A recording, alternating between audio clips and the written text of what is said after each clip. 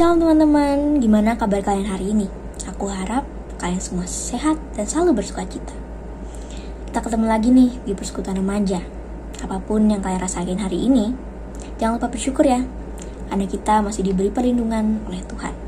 Nah, sekarang kita akan memulai persekutuan hari ini. Buat memulai persekutuan hari ini, mari bersama-sama memuji dan memuliakan nama Tuhan dengan menyanyikan satu pujian, segala puji syukur.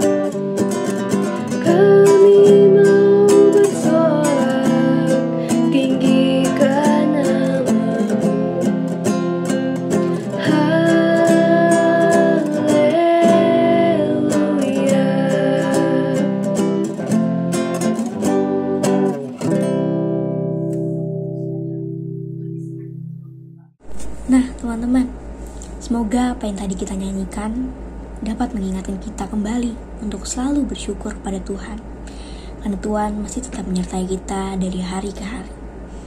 Oke, sekarang kita masuk ke dalam persekutuan. Aku minta kita menyiapkan hati dan telinga kita. Kita memohon penyertaan Tuhan agar dapat menyertai kita dari awal persekutuan online ini sampai akhir. Mari kita berdoa.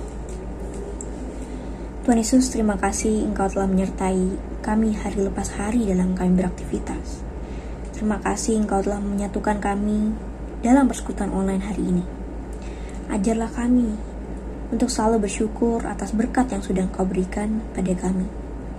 Bapa, sebentar lagi kami ingin mulai persekutuan online ini. Kiranya Kau menjaga dan menyertai kami semua supaya bisa berjalan dengan baik dari awal hingga akhir. Terima kasih. Dalam nama Tuhan Yesus kami berdoa. Amin. Nah, sebentar lagi kita masuk ke pelayanan firman. Pastinya kalian sudah tahu dong tema firman Tuhan hari ini. Benar banget. Temanya adalah hidup dalam pemeliharaan Tuhan. Dan nanti akan dibawakan oleh Ibu Sartini. Firman Tuhan ini menjelaskan kepada kita tentang menyadari dan mensyukuri kehadiran Tuhan dalam peristiwa-peristiwa di hidup kita. Di sini kita juga didorong untuk mengekspresikan syukur atas kehadiran Tuhan. Caranya gimana sih? Daripada aku kelamaan jelasin, mending kita dengerin dari penjelasan Bu Sartini yuk. Mari kita siapkan hati dan telinga kita, Sebelum mulai, kita akan menyanyikan satu pujian, yaitu KJ 401. Mari dekat Tuhan.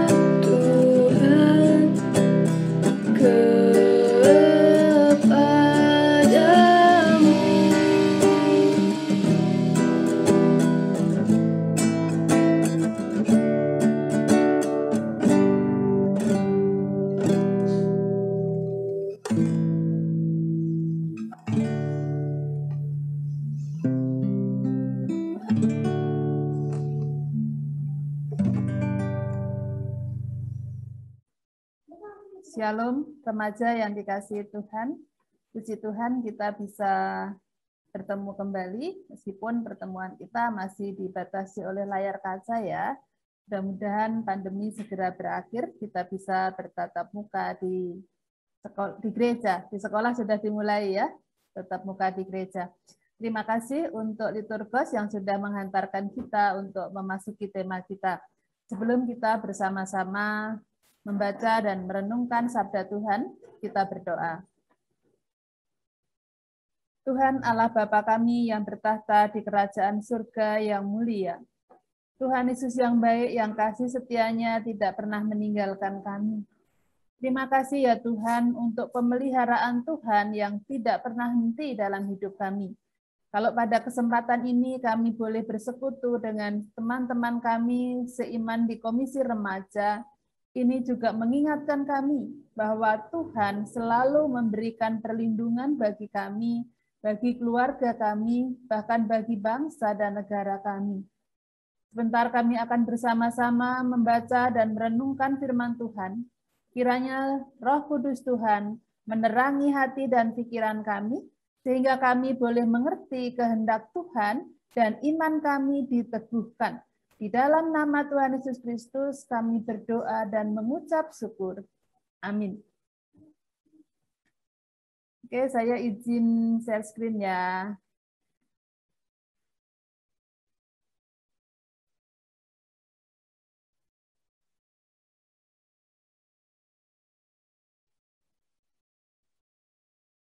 Tema kita, hidup dalam pemeliharaan Tuhan.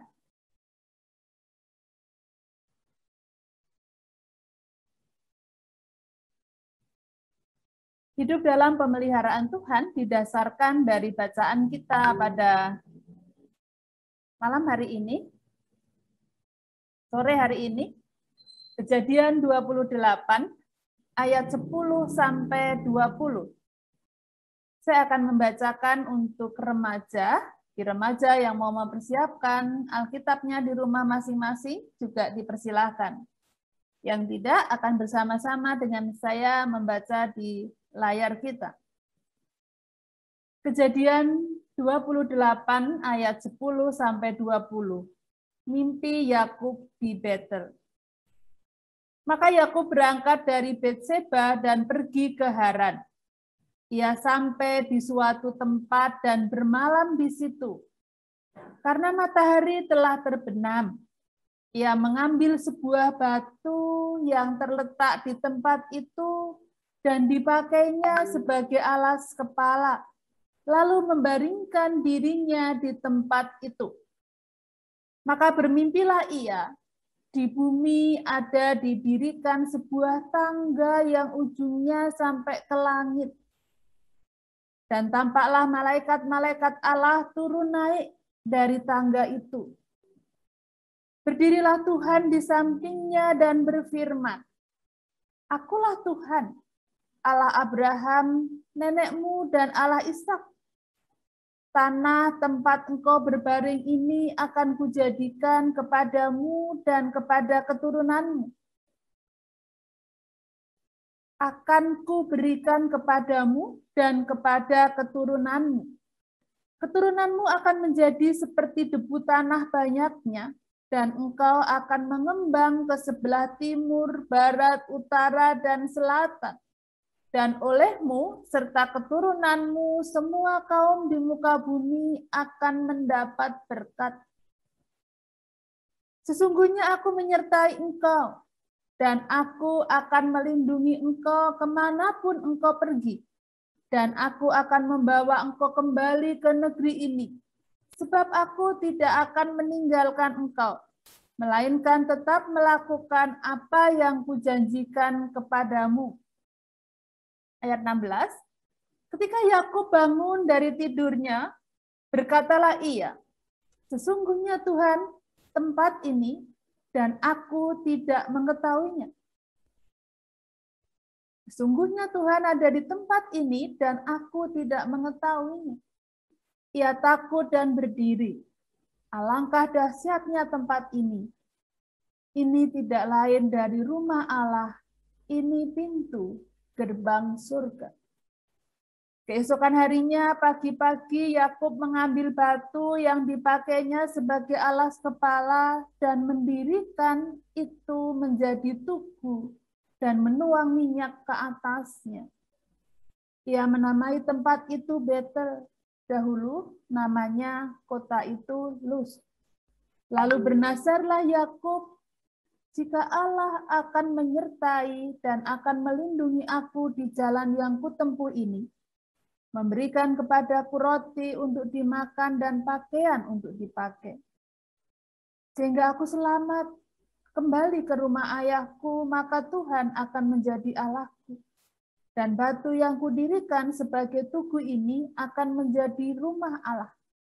Dari segala sesuatu yang engkau berikan kepadaku, akan selalu kupersembahkan 1/10 kepadamu. Amin. Berbahagia setiap kita yang mendengar firman Tuhan, memelihara di dalam hati, dan menerapkan dalam hidup hari lepas hari. Remaja yang dikasihi Tuhan, tujuan dari tema kita adalah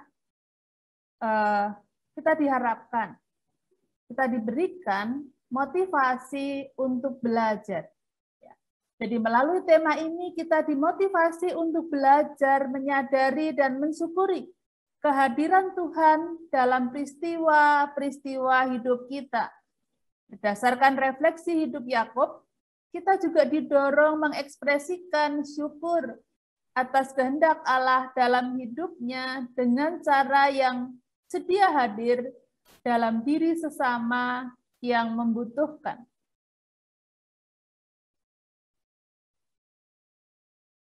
Remaja yang dikasihi Tuhan, kita akan masuk teks. Harapannya di akhir nanti kita sama-sama cek apa tujuan kita sudah tercapai. Kemudian kita juga mengeceknya dalam kehidupan kita hari lepas hari. Apakah kita sudah hadir dalam kehidupan sesama kita yang membutuhkan. Remaja yang dikasihi Tuhan,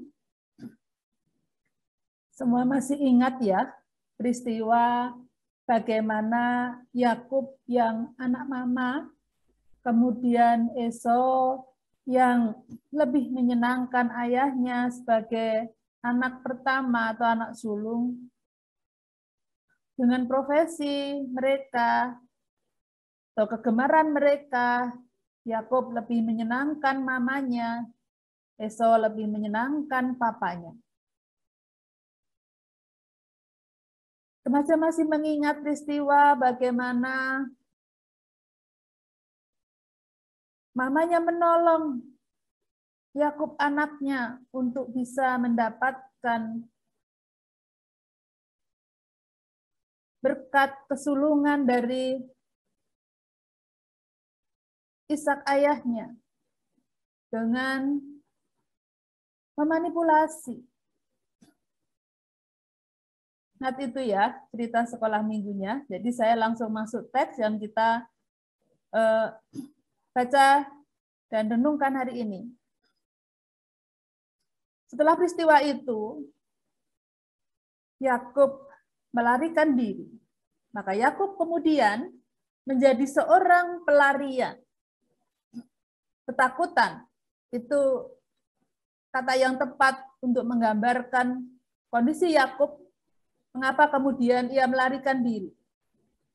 Ketakutan itulah yang dirasakan Yakub setelah semua kejahatan yang ia perbuat terhadap Esau, saudara kembarnya, dan terhadap Ishak, ayahnya. Esau marah dan bermaksud membunuh Yakub. Maka Yakub lari meninggalkan rumah dan kampung halamannya untuk menyelamatkan nyawanya.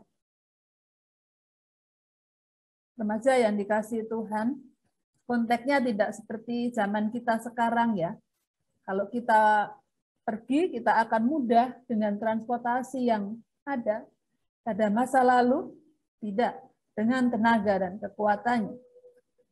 Tujuan pelariannya ke Haran, rumah Laban pamannya. Hidup sebagai pelarian, terdampar di tempat yang sunyi dan bermalam di situ. Perjalanan dari Betseba menuju Haran adalah perjalanan kegelisahan. Ia sampai di suatu tempat dan bermalam di situ, karena matahari telah terbenam. Ia mengambil sebuah batu yang terletak di tempat itu dan dipakainya sebagai alas kepala. Apakah tidak ada alas lain, misalnya jerami dan lain sebagainya, di belantara itu yang barangkali lebih empuk ya untuk alas kepala? Namun sebenarnya dengan alas batu ini memiliki makna yang dalam dan menjadi simbol dalam hidup pelarian Yakub. Matahari telah terbenam menunjukkan waktu memasuki malam, tetapi juga menunjukkan gambaran kegelisahan hidup Yakub. Hidup Yakub begitu gelap. Yakub tiba di suatu tempat yang dalam bahasa Ibrani-nya disebut makom. Dan hari memasuki malam, sebuah tempat yang asing sunyi, yang gelap laksana kuburan. Jadi ini makna makom. Bukan tempat orang hidup. Tidak siapapun yang dijumpai. Sendiri, gelap, mencekam. Kondisi pikiran dan mental yang lelah. Remaja bisa bayangkan kondisi yang sulit ini dialami oleh Yakub. Perjalanan yang menggelisahkan. Mundur tak mungkin. Mundur tak mungkin dia kembali kepada keluarga dan Esau kakaknya. Maju tak yakin. Satu perjalanan yang tidak bisa diprediksi. Dulu hidup sebagai anak mama, sekarang hidup sebagai pengembara di tempat asing, sunyi dan mencekam. Remaja yang dikasihi Tuhan, tidur berbantal batu. Tadi di depan saya sebutkan ini memiliki makna atau ini merupakan simbol. Bantal batu menjelaskan situasi dan kondisi yang dihadapi Yakub sangat sulit. Hidup sedang menunjukkan wajah kerasnya kepada Yakub. Gelap, kosong, gelisah, dan tak ada alternatif. Itulah Makom. Sunyi, sepi sendiri. Tak punya siapa-siapa dan tak ada apa-apa selain batu. Bahkan Tuhan juga dirasa tak ada baginya. Hidupnya tak terlindungi. Itulah sebabnya kelak ia terkejut ketika menyadari ternyata ada Tuhan di tempat yang bernuansa Makom itu. Remaja yang dikasihi Tuhan, rupanya Yakub keliru saat ia menyangka hidup hanya bernuansa Makom. Makom itu di dalam bahasa Indonesia bisa disejajarkan dengan makam. Ternyata di sana ada Tuhan. Dalam mimpi ia melihat malaikat Tuhan turun naik pada tangga penghubung di langit dan bumi. Di kesunyian malam itu ada keramaian para malaikat yang sedang melakukan aktivitasnya. Ternyata terakses oleh Tuhan. Tuhan menyatakan diri sebagai Allah nenek moyang Yakub.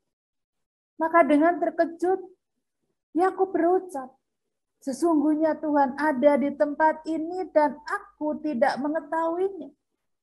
Remaja yang dikasihi oleh Tuhan. Di sini kita melihat bahwa Yakub ini ada dalam keluarga yang menghidupi imannya kepada Tuhan. Sehingga ketika dia menemui peristiwa dalam hidupnya, maka responnya adalah, sesungguhnya Tuhan ada di tempat ini dan aku tidak mengetahuinya. Dia ingat Tuhannya. Nah, remaja yang dikasihi oleh Tuhan, dalam kehidupan kita, barangkali juga hidup remaja, tidak sepi dari permasalahan dan kegelisahan. Tapi dalam pertemuan-pertemuan dalam kehidupan kita, kiranya remaja juga kemudian mengalami perjumpaan dengan Tuhan. Serentak saat ia bangun dari tidur malam, bangun pula jiwa dan semangatnya. Kehadiran dan perlindungan Allah telah memberi semangat mentalnya kuat kembali. Maka keesokan harinya ia membuat tugu peringatan. Batu derita yang dipakai sebagai bantal tidurnya diubahnya menjadi batu keselamatan. Better. Nah, remaja yang dikasihi Tuhan, spirit ini yang kemudian mengilhami pujian KJ 401. Makin dekat Tuhan, yang tadi kita pujikan sebagai pujian tema kita. Yakub bersyukur di tengah situasi yang super sulit, bernuansa Makom. Tuhan tak pernah meninggalkan dirinya. Dalam ekspresi syukurnya, ia menamai tempat itu Betel, rumah Allah, pintu gerbang surga. Pendirian monumen keselamatan itu dibarengi dengan sikap dan nazar untuk berkomitmen menyembah dan berjalan di jalan Allah. Remaja yang dikasihi Tuhan,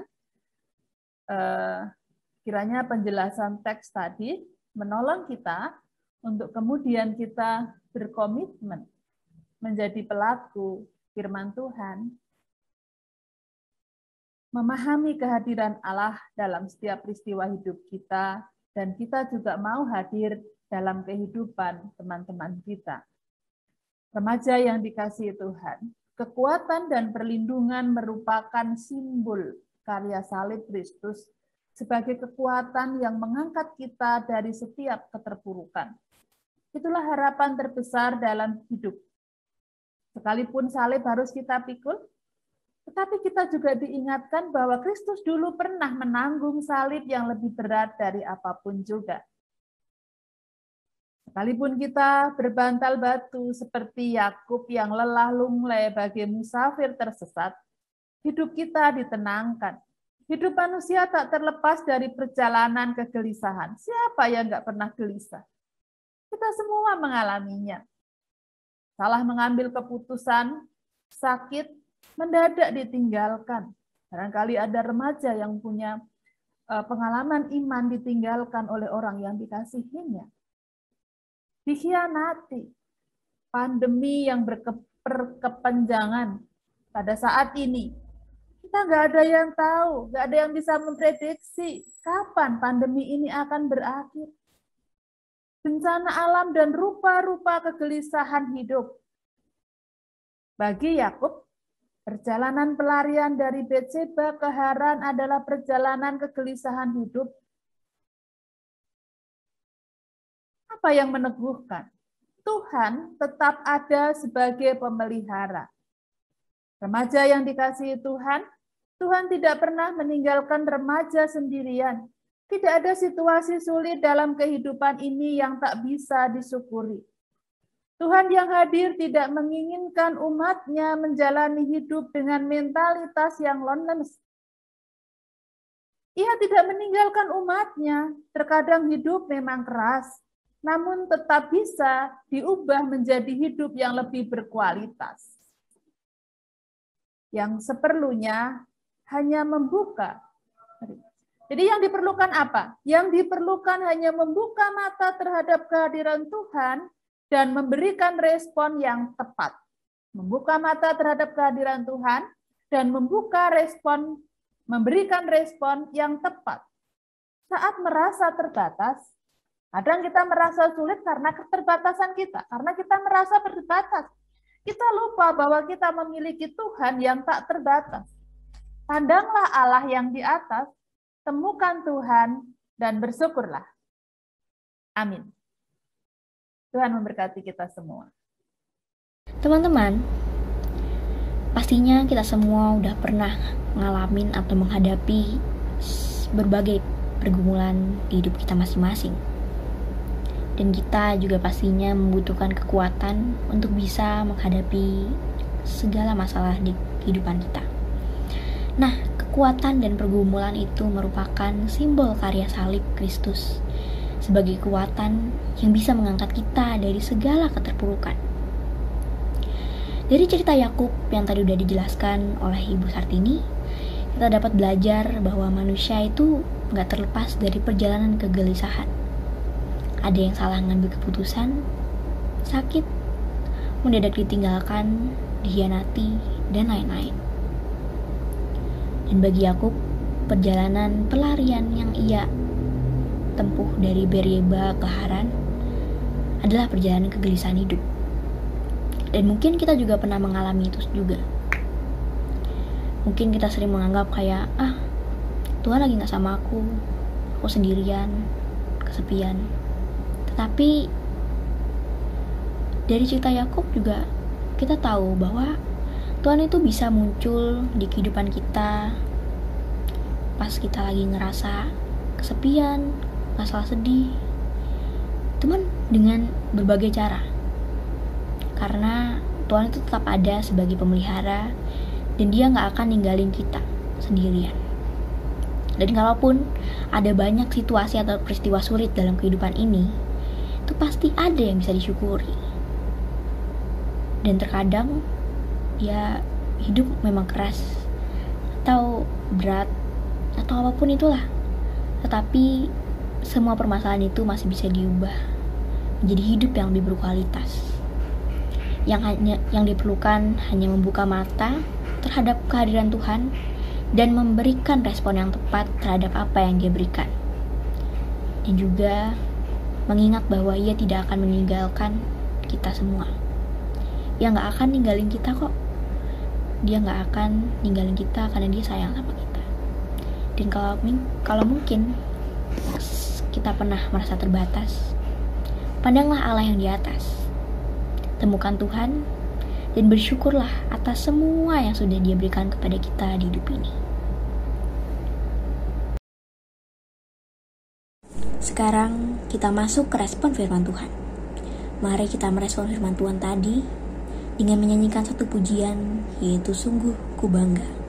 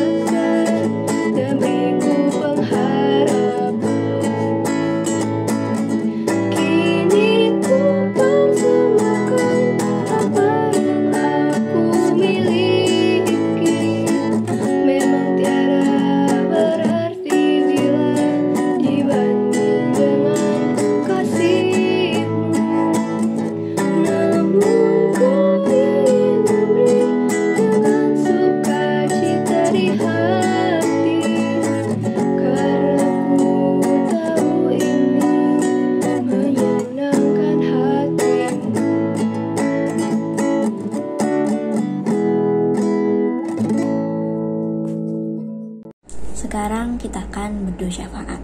Di sini nanti ada beberapa pokok doa yang masing-masing pokok doanya akan dipimpin oleh teman-teman kita yang bertugas. Teman-teman bisa berdoa secara pribadi ya. Kemudian doa syafaat nanti akan aku tutup dan bersama-sama kita menyanyikan Bapa, terima kasih.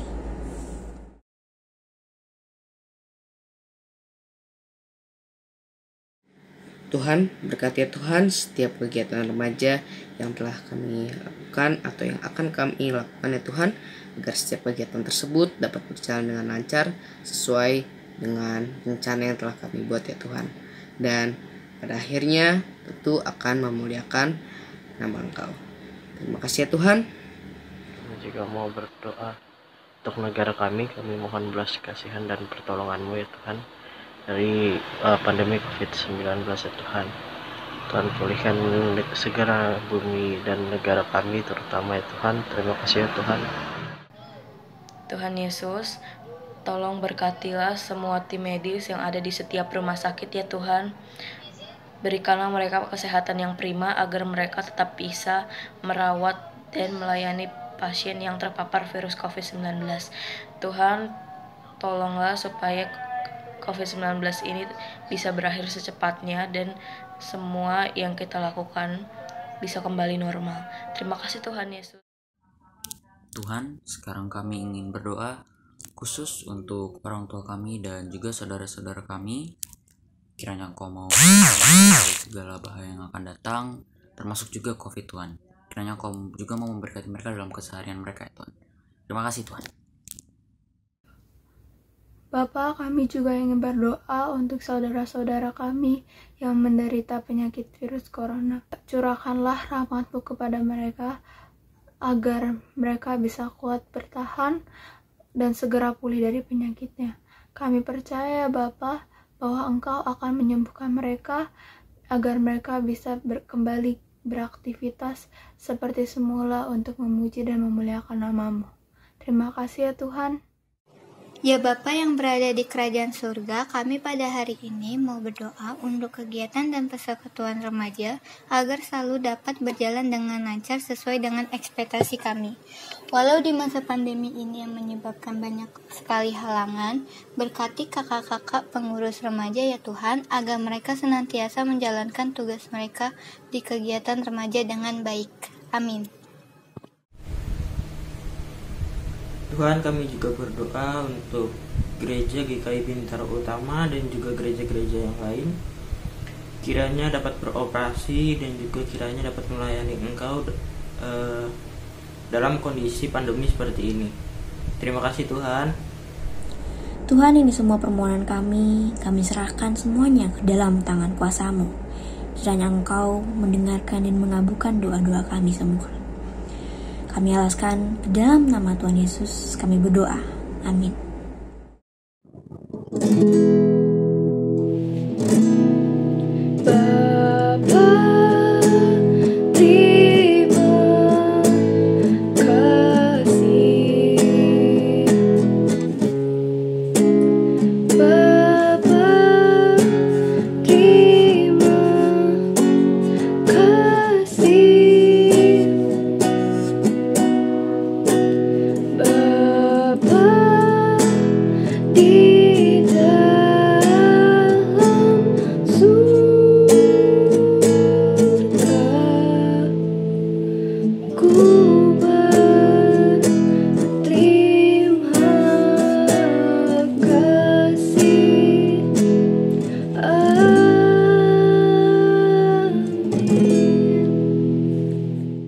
Oke, teman-teman, kita sudah sampai di penghujung persekutuan hari ini.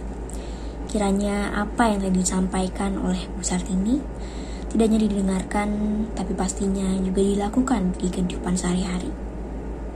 Sampai sini dulu. Terima kasih semuanya. Sampai jumpa di persekutuan remaja berikutnya. God bless you.